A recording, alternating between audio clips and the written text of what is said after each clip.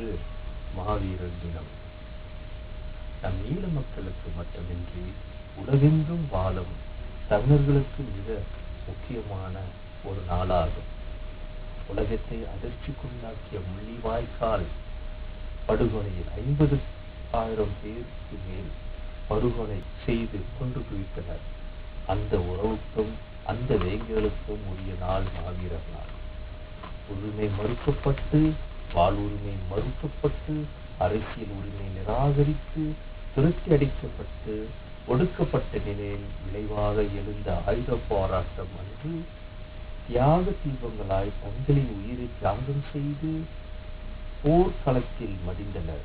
அப்படிப்பட்ட உயர்ந்த உன்னத வீரர்களின் போற்றும் நாள் மாவீரர் நாள். அந்த போராட்டத்தின் நியாயமான உணர்வுகளை ஒவ்வொரு தமிழரும் உணர்ந்து கொள்ள வேண்டும். அரசியல் காரணங்களுக்காகவோ, சர்வதேச நாடு நெருக்குதலுக்காகவோ, உலகளாவிய வணிக நிர்வாகத்தின் வசதிக்காகவோ தமிழ் மக்களிடம் தீர்வை திணிக்கும் முயற்சியை எதிர்த்து போராடியவர்கள் மாவீரர்கள். நாம் தனியாகவோ பெரிய இயக்கங்களுடன் சேர்ந்து இயங்குவதன் மூலமே முடிந்தவரை தமிழர்களின் விடுதலை முயற்சிக்கு உதவ வேண்டும். அப்படி செய்தால் அதே மாபெரும் மாவீரர் அஞ்சலியாக இருக்கும் என்று நாங்கள் கருதுகிறோம். 2009 முள்ளிவாய்க்கால் படுகொலைக்கு பிறகு மலேசியாவில் வாழும் தமிழீழ ஆதரவாளர்களுக்கு செய்திகள், தகவல்கள் துண்டிக்கப்பட்டன. இங்குள்ள இயக்க தலைவர்களும் சரி சூழ்நிலை காரணமாக வழி நடத்த இயலாத நிலையில் இருந்தனர். அந்த காலகட்டத்தில் 100க்கும் மேற்பட்ட பிரதிநிதிகள் மலேசியாவில் இருந்து சென்று முதலாம் தமிழர் பாதுகாப்பு மாநாட்டை கோவையில் கண்டோம். அதற்கு பிறகு கோவை பிரகடனம் ஏற்று முதலாக கோலாலம்பூரில் உலகத் தமிழர் பாதுகாப்பு செயலகம் உருவெடுத்தது.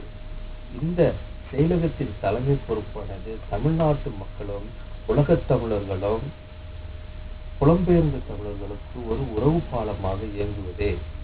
தமிழர்களுக்கென்று ஒரு தனிநாடு அமையும் வரை இந்த செயலகம் இயங்கும். இந்த வேளையில் 2 ஆண்டுக்கு ஒரு முறை உலகத் தமிழர் பாதுகாப்பு மாநாடு நடத்தப்படும்.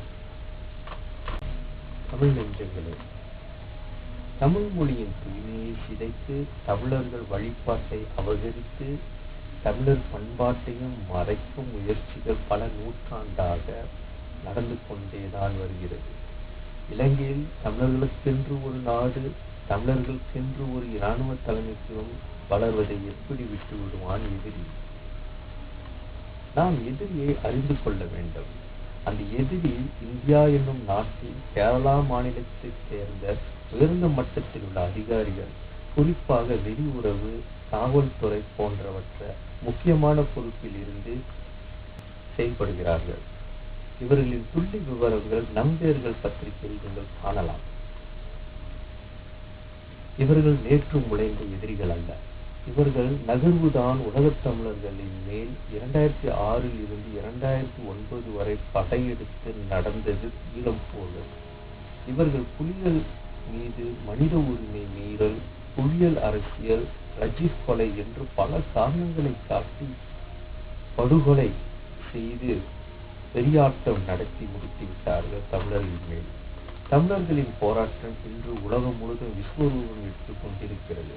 அதுபோல கர்நாடகத்திலும் சரி, கேரளத்திலும் சரி, தமிழ்நாட்டிலும் சரி, இவர்கள் தமிழர்களுக்கென்றே ஒரு தாயகம் வேண்டும் என்ற உணர்வு மேலோங்கி நீர் பூத்த நெருப்பு போல் வளர்ந்து கொண்டுதான் இருக்கிறது.